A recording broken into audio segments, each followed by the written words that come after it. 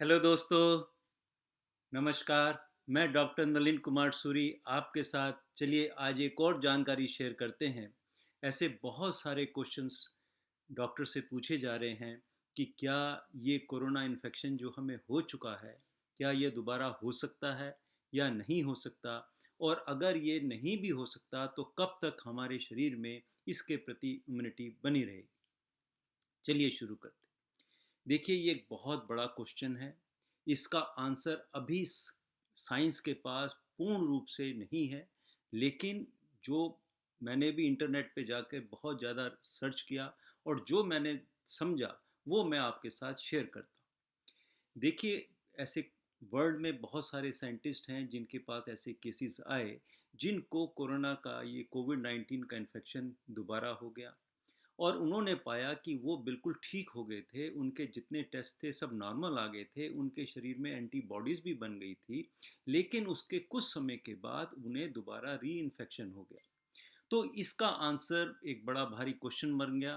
तो साइंटिस्ट का ये मानना है कि हो सकता है कि उनके शरीर में ये जो कोविड 19 का वायरस था वो डॉर्मेंट स्टेज में रह गया, कहीं छुपा हुआ रह गया शरीर में, और वो दोबारा से फिर एक्टिव हो गया और उसकी वजह से उन्हें ये इन्फेक्शन हो गया। और साथ ही साथ हो सकता है कि उनके शरीर में जो एंटीबॉडीज़ थी, जो उससे लड़ने की शक्ति थी, उन्होंने उसके अगेंस्ट फाइट की, और वो कुछ हद तक उनका टेस्ट पॉजिटिव आ गया, थोड़े बहुत सिम्टम्स बने और वो फिर ठीक हो गए। या ये हो सकता है कि उनके शरीर में जो एंटीबॉडीज़ बनी थी वो धीरे धीरे समय के साथ साथ धीरे धीरे वो ख़त्म होती चली गई, और फिर वो दोबारा एक एंटीबॉडीज़ के ख़त्म हो जाने की वजह से वो दोबारा री इन्फेक्शन होने के उनमें चांसेस बन गए। तो देखिए, फिलहाल ये आंसर है कि आज की डेट में नियर फ्यूचर में कुछ दिनों तक, कुछ महीनों तक, या 1 महीना, 2 महीना, 3 महीने तक हो सकता है कि ये री इन्फेक्शन ना हो, लेकिन आने वाले समय में कभी भी ये इन्फेक्शन होने के चांसेस दोबारा हैं। अभी ये पक्का नहीं कह सकते क्योंकि साइंस को ये मालूम नहीं है कि शरीर में ये एंटीबॉडीज़ कब तक हमारे शरीर में बनी रहेंगी। तो इसके लिए फिर देखिए, जैसा उन्होंने उदाहरण दिए हैं, जैसे हर्पिस सिम्प्लेक्स हो जाता है जिसके यहाँ पर दाने निकल आते हैं, वो अक्सर जिस समय शरीर की इम्यूनिटी डाउन होती है वो निकल आते हैं। किसी किसी केस में जैसे चिकन पॉक्स है, एक बार होती है, उसकी इम्यूनिटी लाइफ लॉन्ग रहती है, लेकिन उसके बाद भी देखा गया है कि कुछ लोगों में चिकन पॉक्स निकल आती है दोबारा से। इसके साथ साथ देखिए, नज़ला जुकाम है, ये भी एक उसी की वायरस है, ये भी एक वायरल इन्फेक्शन होता है। और ऐसा नहीं कि आपको ज़िंदगी में एक ही बार नज़ला जुकाम हुआ हो और उसके बाद आप हमेशा के लिए ठीक हो गए हों, लेकिन जिस समय शुरुआत में कभी ये नज़ला जुकाम किसी को वर्ल्ड में हुआ होगा, उन्हें ज़रूर कॉम्प्लिकेशंस हुई होंगी, काफ़ी बड़ी रेस्पिरेटरी इन्फेक्शंस भी हुए होंगे, और उसके बाद वो फिर ठीक हो गए। लेकिन आज की डेट में देखिए, साल में 3-4 बार लोगों को नज़ला जुकाम हो जाता है, क्योंकि उसकी इम्यूनिटी हमारे शरीर में इतनी देर तक नहीं बनी रहती। इसी प्रकार से इन्फ्लुएंजा की बात करते हैं। देखिए, इन्फ्लुएंजा का वायरस भी है, कई वैरायटी की हैं, लेकिन इसका वायरस भी जो है, आमतौर पे जो बूढ़े लोग होते हैं वो साल में उन्हें 2 बार इंजेक्शन लगवाना पड़ता है, क्योंकि इसकी भी एंटीबॉडीज़ जो हैं धीरे धीरे कम हो जाती हैं। और साथ ही साथ हर साल साइंस को एक नया इन्फ्लुएंजा वैक्सीन बनानी पड़ती है। वो पहले टेस्ट कर लेते हैं कि इस साल कौन सा इन्फ्लुएंजा का वायरस उनको अटैक करेगा, तो उसके फिर उसके साथ साथ फिर वैसा ही वैक्सीन उन्हें लगवानी पड़ती है। तो बात ये आती है कि अब देखिए, कन्फ्यूज़न हो गया कि अब हमें करना क्या चाहिए, इसके इसके लिए हमारे पास आंसर क्या है।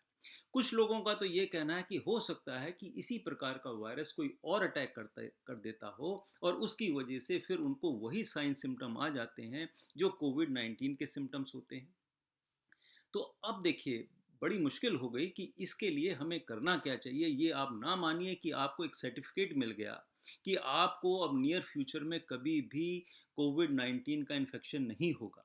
ये अभी फ़िलहाल ये बात सारे साइंटिस्ट ने माना है कि कोई भी ये डिसमिस नहीं कर सकता कि आगे फ्यूचर में ये री इन्फेक्शन नहीं होगा। ये सबका मानना है कि री इन्फेक्शन की गारंटी कोई नहीं ले रहा। वो सब यही कह रहे हैं कि आने वाले फ्यूचर में कब तक हम इससे सेफ रहेंगे, इसके ऊपर अभी उनके पास कोई इसका परफेक्ट आंसर नहीं है।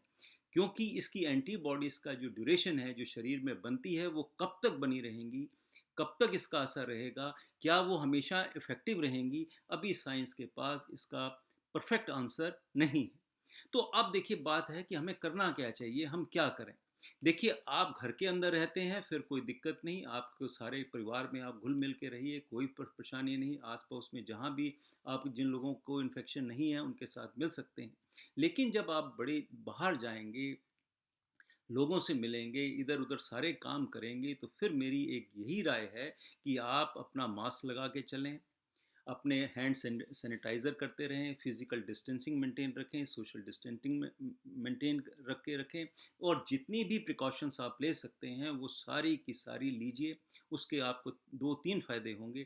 पहली बात, आप किसी को भी आंसरेबल नहीं होंगे, आप उसको, आपको कोई ऑब्जेक्शन नहीं कर सकता कि आपने मास्क क्यों नहीं लगाया, आपने हैंड सैनिटाइजर क्यों नहीं किए, आपने सोशल डिस्टेंसिंग क्यों नहीं मेंटेन करके रखी। तो देखिए, इससे आप बच जाएंगे। दूसरी बात क्या है कि हमारे एटमॉस्फेयर में इतना ज़्यादा पॉल्यूशन है, इतनी ज़्यादा कीटाणु और वायरसेस होते हैं, उनसे आपका बचाव हो जाएगा। क्योंकि देखिए, उससे फिर ऐसी बहुत सारी रिस्पिरेटरी इलनेसेस हो जाती हैं, या और इंटेस्टाइनल प्रॉब्लम्स हो जाती हैं, फूड पॉइजनिंग हो जाती है, और बहुत सारे रोग लग जाते हैं। तो आप एक हाइजीन की के बारे में आप बहुत सचेत हो गए। आप हमेशा हाथ धो के खाना खाएंगे, सैनिटाइज करते रहेंगे, साफ़ सुथरा रखेंगे, फिजिकल डिस्टेंसिंग मेंटेन करके रखेंगे, क्योंकि ऐसा यही वायरस नहीं है जिससे ड्रॉपलेट इन्फेक्शन होता है, और बहुत सारे रोग हैं। ट्यूबरक्लोसिस का रोग है, और भी बहुत सारे रोग हैं जो कि इसकी वजह से हो जाते हैं। तो अगर आप ये मेंटेन बना के रखेंगे, हमेशा लाइफ में हमेशा अपनी हाइजीन का बहुत अच्छा ध्यान रखेंगे, तो क्या होगा कि बहुत सारी बीमारियों से बच जाएंगे, आपकी सालाना खर्चा कम हो जाएगा। और साथ ही साथ आप देखिए, इसका बेस्ट एग्जांपल जैपनीज़ का है। वो हमेशा जब भी बाहर निकलते हैं, घर से बाहर जाते हैं, हमेशा मास्क का इस्तेमाल करते हैं, अपनी जो डिस्टेंसिंग का मेंटेन रखते हैं, साफ़ सफाई का, उनके घर में जहाँ काम करते हैं अपने प्रति, वो हाइजीन के विषय में वर्ल्ड में नंबर वन है।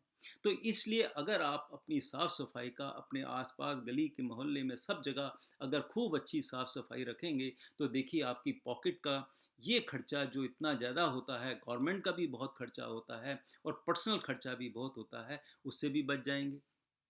और तीसरी बात ये है कि डे बाय डे जो आपकी एंटीबॉडीज़, अभी पक्का नहीं पता ये कब तक हमें इम्यूनिटी देगा। हो सकता है कि किसी को 1 महीने में, 2 महीने में, 3 महीने में, जैसी रिसर्च की गई है उन्हें पता लगा है कि एंटीबॉडीज़ का लेवल कम हो जाता है कुछ लोगों में। तो आपको भी नहीं पता कि आपके अंदर जो एंटीबॉडीज़ बनी हैं, तो वो भी हो सकता है धीरे धीरे कम हो रही हो। तो इससे हमें कोई नुकसान नहीं है, केवल हमें मास्क लगाना है, और हाइजीन का ध्यान रखना है, साफ सफाई का ध्यान रखना है। तो इसलिए आप ठीक है, आपको कोविड-19 हुआ, आप बिल्कुल ठीक हो गए, आप अपने अंदर जो भय था, जो डर था, वो ख़त्म हो गया।